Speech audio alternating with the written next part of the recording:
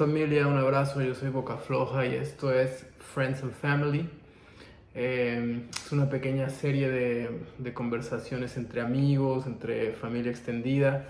Voy a tener invitados e invitadas de diferentes experiencias, diferentes áreas de producción cultural, intelectual, política, pero en diálogos que igual son parte de mi cotidianidad y que quiero compartir con ustedes. Vamos a tener un acercamiento un poco más desenfadado a los temas que nos interesa y también que nos corresponde discutir, evidentemente, con un abordaje siempre crítico, pero desde un esquema un poco menos rígido, ¿no? Por así decirlo, ¿no? Hoy es el capítulo 0 porque de alguna manera es el capítulo introductorio de esta pequeña serie que intentaremos sea más o menos constante.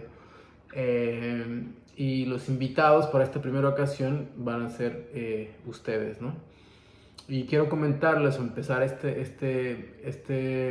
serie hablando de una de las actividades que más me apasionan, como los deportes, concretamente el fútbol, el básquetbol y algunos otros deportes que por muchos años he acompañado y he dado seguimiento, y me parece importante mencionar el cruce que tiene esta práctica con todo el contexto histórico en términos de racialidad, en términos de historia colonial, en cuestiones de clase, género,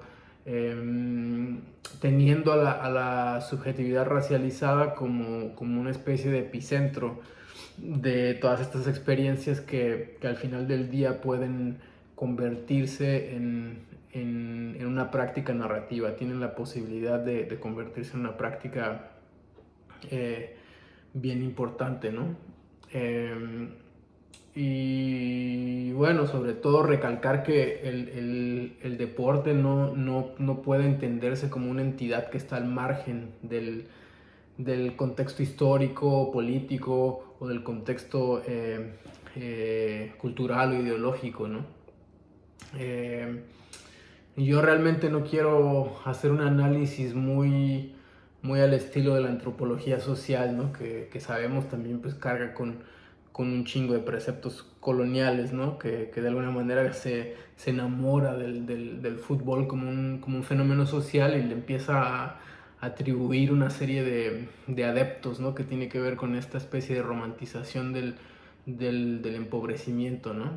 Muy al estilo de estos güeyes tipo Villoro, Valdano, que después vienen los que les copian a ellos, ¿no? Como Gómez Junco, ¿no? O incluso también, digo, no parte del mismo paquete, pero incluso el mismo Galeano, ¿no? Que igual parte de un discurso mucho más confrontativo respecto al capitalismo, pero que igual sigue manteniendo una óptica un tanto voyeurista del fenómeno como tal, ¿no? Es así que en lo que a mí respecta, yo realmente quiero hacer una de las cosas que más me preocupa o que más me atraviesa, es la percepción que se tiene sobre políticas raciales que desafortunadamente se socializa de forma masiva a través de la información que comparten, pues no solo los comentaristas, ¿no? Sino la estructura completa que sustenta la industria del deporte como tal, ¿no? Concretamente en el caso de México, ¿no? O sea, la cantidad de gente que va construyendo y alimentando sus imaginarios en base a esta percepción ideológica que cada semana nos va descargando personajes como Martinoli, como José Ramón Fernández, como Luis García, Faitelson, Raúl Orbañanos, André Marín, ¿no? Que realmente pues, resulta como escandaloso, ¿no? Y evidentemente pues no es una situación sorpresiva porque, por ejemplo, en el caso de ESPN, pues es una entidad que forma parte del corporativo de Disney, ¿no? Que, bueno, políticamente sabemos que pues responde a intereses como bastante indeseables en muchos sentidos, ¿no? Justamente ahora lo que está sucediendo en Palestina, ¿no? Disney siempre ha tenido un rol ahí medio perverso en ese sentido, ¿no?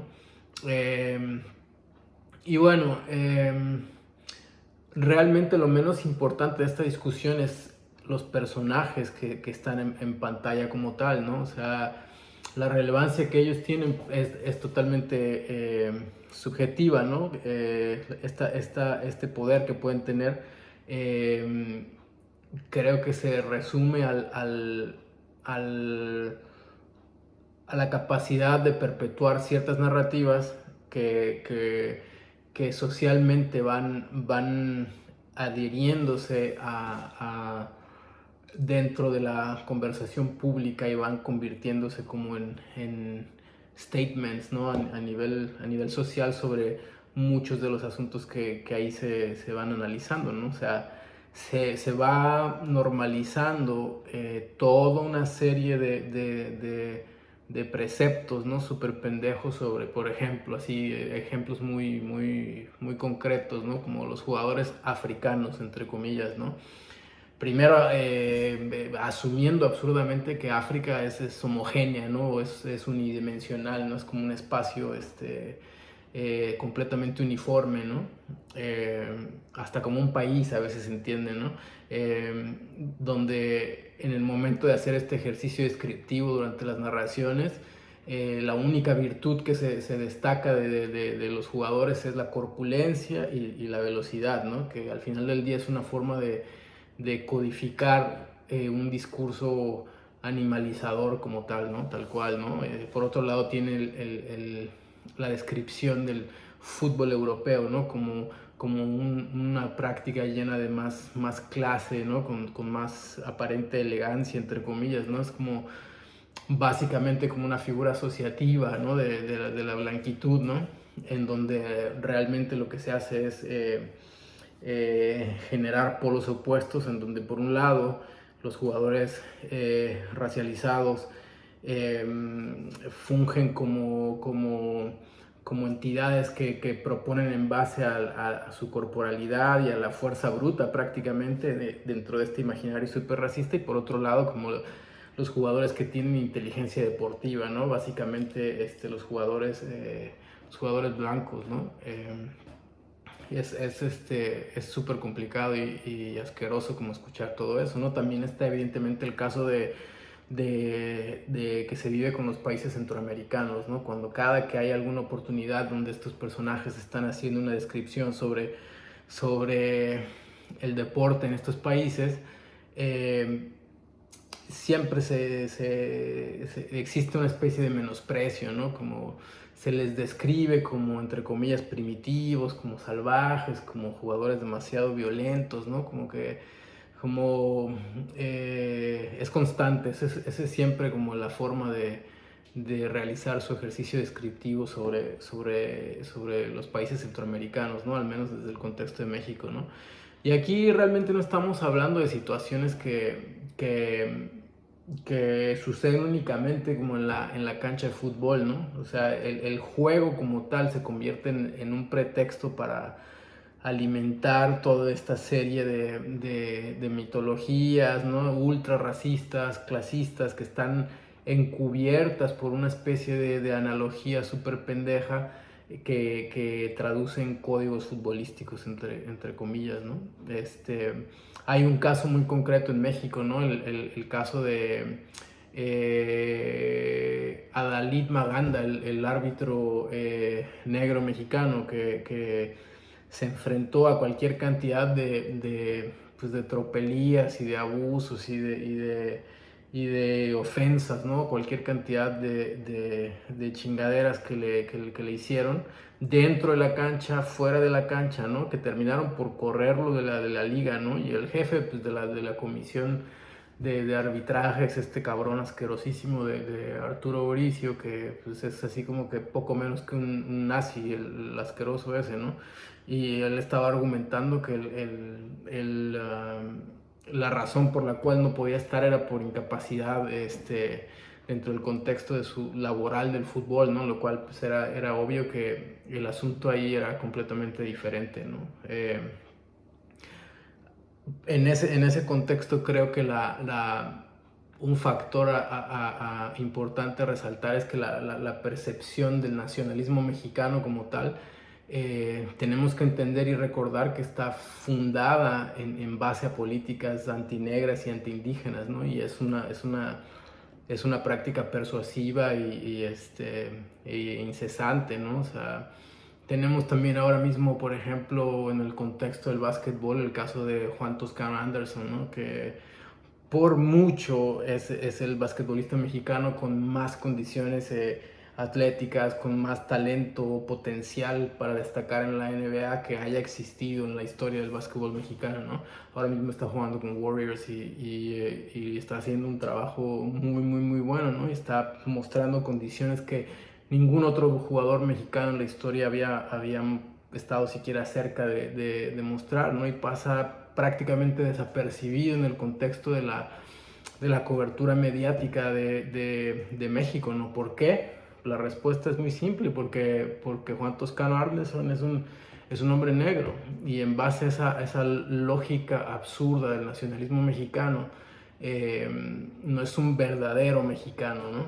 Y la realidad es que no es que mucha gente va a decir, bueno, no, es que el básquetbol no es un deporte mediático en el contexto de México, pero eso es mierda porque algunos se acordarán del caso por ejemplo, de Horacio Llamas, ¿no? Que el tipo, cuando llegó a la NBA, el tipo era súper perseguido mediáticamente, lo estaban cubriendo todo el tiempo, y la realidad es que el hombre era literalmente como impresentable como jugador, ¿no? O sea, era grandísimo, torpe, era básicamente casi grotesco verlo jugar, o sea, fácilmente en un top 10 de los peores jugadores en la historia de la liga tiene que tener un número ahí, Horacio Llamas, ¿no? Pero sí, o sea, el cabrón lo metían 20 segundos al juego y a hacer el ridículo,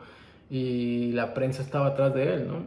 Y evidentemente la razón era porque el hombre cuadraba más con el perfil de esta construcción, de lo que pudiera considerarse como el marco de la mexicanidad en términos como hasta fenotípicos, culturales, que pudiera embonar con esta estructura y con este imaginario colonial en el contexto del deporte, ¿no? Y, por ejemplo, creo que uno de los factores como importantes a discutir es que no existe una estructura política sólida, ¿no? Que al nivel de los medios hagan algún tipo de contrapeso, ¿no? Y creo que todo conecta con el hecho de que esta línea hegemónica a nivel del Estado-Nación está relativamente cómoda, afincada en esta agenda que pues reduce al racismo a los bordes de la discriminación, ¿no? O sea, prácticamente lo, lo limita a un problema cívico, un problema conductual, ¿no? Y en vez de conectarlo al asunto o a la óptica estructural, ¿no? A la óptica más grande, ¿no? A un sistema mucho más complejo, mucho más intrincado, mucho más eh, eh, de niveles de opresión que están funcionando como parte de un engranaje muchísimo más complejo, ¿no? Entonces, todas estas campañas a nivel del Estado tratan de reducirlo básicamente a este ejercicio de práctica cívica, ¿no? Donde no estamos en contra del racismo y la discriminación, pero es básicamente un problema de conducta, ¿no? Y eso es completamente absurdo. El racismo tiene un contexto histórico mucho más complejo, y hay que revisarlo a nivel estructural, ¿no? Por eso pienso que a nivel de diálogos y de conversaciones que se generan en el análisis deportivo y en las transmisiones no existe realmente un filtro, ¿no?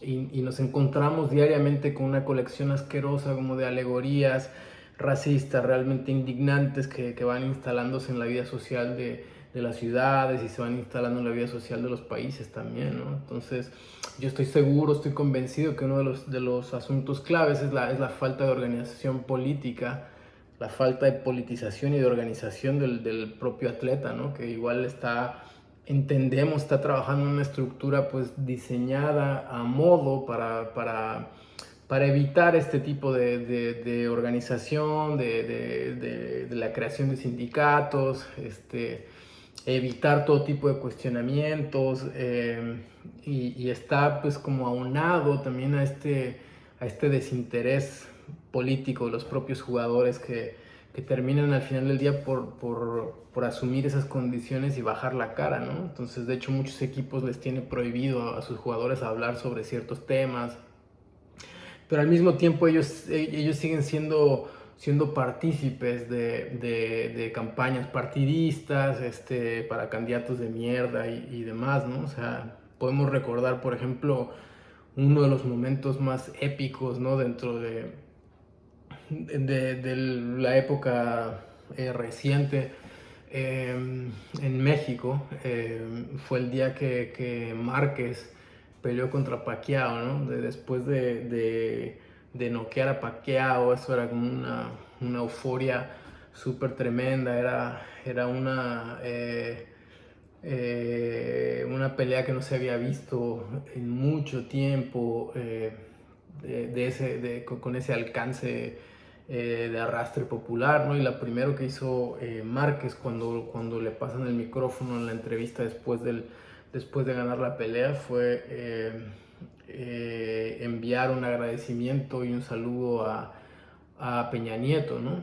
Entonces ahí se cayó por completo todo el, pues todo el posible goce que se estaba teniendo, ¿no? Para muchas de las personas que tenemos una óptica un poco más crítica sobre ese tipo de cosas, ¿no? Porque hay esta insistencia, pues tan ingenua políticamente, ¿no? Que una cosa es lo deportivo y otra cosa es lo extra deportivo, y en realidad es que es parte como de una misma entidad que confluye y que tiene mucho que ver en el paquete completo como tal, ¿no? O sea, creo que al final del día es importante tener por un lado, empujar esta idea de que la organización política efectiva dentro de los atletas es una práctica súper importante, de modo que se logre contagiar, ¿no? Algunos de ellos se politicen un poco más, ¿no? Evidentemente no creo que ese proceso va a surgir de las ligas más conectadas con altos niveles de visibilidad, dígase las ligas importantes de fútbol, al menos en el contexto de México, o de deportes con más arrastre popular, donde las entidades corporativas están más afincadas en esa dinámica porque es donde se manejan más intereses, pero probablemente en otro tipo de deportes pudiera generarse este proceso pues de organización política, ¿no? Yo conocí un par de boxeadores que estuvieron en las Olimpiadas y algunos tenían problemas hasta con el uniforme, ¿no? Hay como un nivel de inequidad cuando se refiere a deportes que no tienen la misma visibilidad, muchísimos pues procesos de absoluta explotación súper cabrones, ¿no? Y digo, casos de jugadores que de alguna forma se han posicionado de una forma más firme políticamente, no sé, así de bote pronto se me ocurre Por ejemplo, el caso de Sócrates en Brasil, que de alguna forma representaba como la contraparte política de un personaje como Pelé, ¿no? Que Pelé realmente, a pesar de ser un jugador grandioso, magnífico como jugador, políticamente siempre fue una persona que nunca alzó la voz, especialmente en temas raciales y en temas políticos, ¿no? Porque él estaba cómodo, siendo de alguna forma pasivo políticamente, siendo bastante sumiso políticamente, tratando de mantener un bajísimo perfil respecto a esa posibilidad de alzar la voz, de sumarse a procesos políticos, ¿no? En el caso contrario de Sócrates, que el tipo era parte de la militancia de aquellos tiempos, ¿no? Era un militante con súper información política que estaba siempre pues involucrado en procesos fuertes de lucha política y de conciencia social y conciencia racial, evidentemente, ¿no? Que obviamente siempre estaban tratando de bajarle un poquito el volumen a su trabajo fuera de la cancha, ¿no? Y bueno, recientemente aquí viene la jugada de cómo las democracias liberales eh, pueden incluso utilizar el disentir como un ejercicio y una práctica de cooptación para poder legitimar su propio proceso democrático, ¿no? O sea, por ejemplo, en el caso de la NBA, recientemente hubo un parón. Los jugadores empezaron a organizarse, los jugadores empezaron a, a, a tratar de boicotear a la liga, una liga evidentemente en la cual la mayor parte de los atletas trabajadores que conforman esta liga son atletas negros, manifestándose en contra de la violencia sistémica respecto a la población negra en los Estados Unidos. Y empezaron a organizarse de tal manera que pararon un par de juegos, un par de días, pero curiosamente ahí la figura de la democracia liberal al máximo nivel, que es el cabrón asesino de Barack Obama, de inmediato fue la figura que movió piezas y literalmente se dice que llamó personalmente a algunos de los jugadores que estaban formando parte o encabezando el movimiento de organización política dentro de los mismos jugadores para desmontar por completo el parón y generar una especie de acuerdo pues bastante blando políticamente, ¿no? Que al final del día lo que hizo la liga fue como que ponerle el eslogan de Black Lives Matter a algunos de los jerseys, ponérselo a la cancha, hacer un par de campañas como sociales a nivel audiovisual, ¿no? Un par de proyectos sociales respecto a eso, pero que realmente lo que era importante era lo que estaba pasando, era articular ese proceso de organización política contemporáneo por parte de los atletas a nivel de contagiar a la persona de a pie que consume ese tipo de espectáculo, ¿no? Y también a otros atletas, ¿no? A otras figuras públicas que de alguna manera a través de este ejemplo iban a engancharse y a investigar un poco más sobre esto y a ejercer un proceso político más fuerte, ¿no? Porque el nivel de visibilidad que ellos tienen es tremendo bueno, se desmontó rapidito porque así funciona la democracia liberal y así funciona todo este tipo de simulaciones. Y cuando hay jugadores que no tienen esta avidez política, pues rápido se quitan, ¿no? Pero también que nosotros mismos como consumidores culturales, consumidores de ciertas formas de entretenimiento, tenemos que ser un poquito más críticos respecto a eso y de alguna manera tratar de desmontar esta idea pues ingenua, colonial y despolitizadora sobre todo, que insiste que el deporte es una entidad neutral, ¿no? Que no está conectada ni con procesos históricos, ni con procesos raciales, ni con procesos políticos, ni con procesos ideológicos, ¿no? Entonces eso es un gran mito y una grandísima pendejada, ¿no?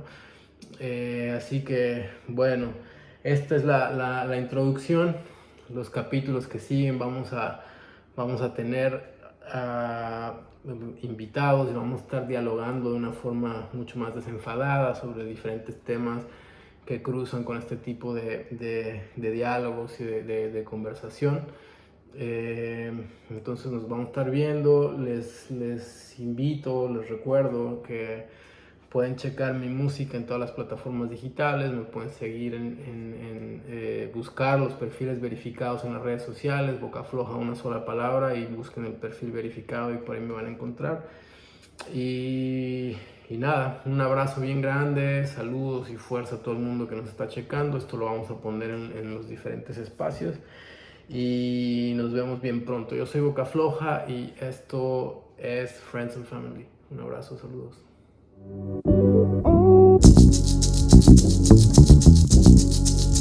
Oh, no.